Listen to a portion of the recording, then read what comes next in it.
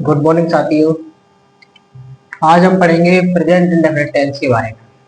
उस दिन वीडियो में मैंने बताया था कि टेंस क्या होता है, टेंस किसे कहते हैं और टेंस कितने प्रकार के होते हैं। आज उन्हीं में से एक पहला टेंस है प्रेजेंट इंडेफिनिट टेंस।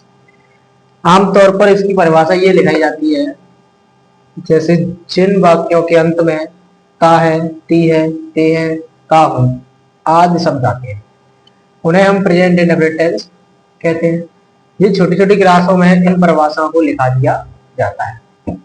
जैसे एग्जाम्पल के तौर पर मैं आपको समझाऊं तो राम आगरा जाता है, ठीक है। तो इसके लास्ट में क्या आ रहा है, ता है। तो इससे पहचाना जाता है टेंस की ये कौन सा वाला टेंस है, प्रेजेंट इंडेफिनिट टेंस। अब लेकिन जैसे जैसे बड़ी क्लासों में आते जाते हैं, बड़ी क्लासों में तो ये वाली जो परिभाषा है सही तो साबित होती है, लेकिन कुछ मामलों में इससे टेंस की पहचान नहीं हो पाती है। तो उसकी पहचान करने के लिए टेंस को दूसरे नए तरीके से पढ़ना होता है, और उस तरीका ये है। जैसे अब प्रेजेंट इंडेफिनिट टेंस को पहचानने के लिए 5 तरीके होते हैं हमारे पास। Number 1, universal fact.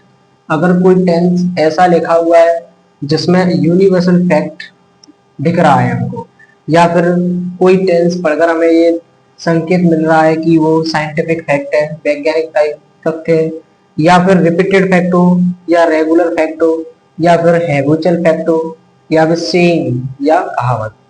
यूनिवर्सल को हम हिंदी में बोलते हैं सार्वत्रिक तथ्य, और साइंटिफिक फैक्ट को बोलते हैं हम वैज्ञानिक तथ्य। रिपीटेड या रेगुलर फैक्ट को बोलते हैं हम जैसे हम नियमित, जिस काम को हम नियमित करते हैं, रोजाना करते हैं, वो सारे टेंस प्रेजेंट इंडेफिनिट टेंस में आते हैं। हैबिट, हैबिट भी क्या दर्शाती है, प्रेजेंट इंडेफिनिट टेंस को दर्शाती है। कहावतें, जितनी भी कहावतें हैं, जितनी भी कहावतें होती हैं वो सभी प्रेजेंट इंडेफिनिट टेंस में बनाई जाती हैं। ठीक है।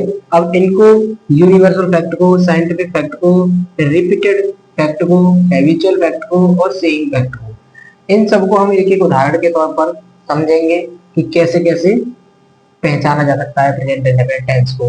लेकिन ये पहचान जो होती है वो 7 क्लास या 8 क्लास तक ही मान्य होती है, लेकिन आगे हमें टेंस को पहचानना बहुत मुश्किल हो जाता है, इसीलिए उसको नए ढंग से पढ़ना होता है। तो ये तरीका है। अब इसके एग्जाम्पल से हम इनको समझेंगे।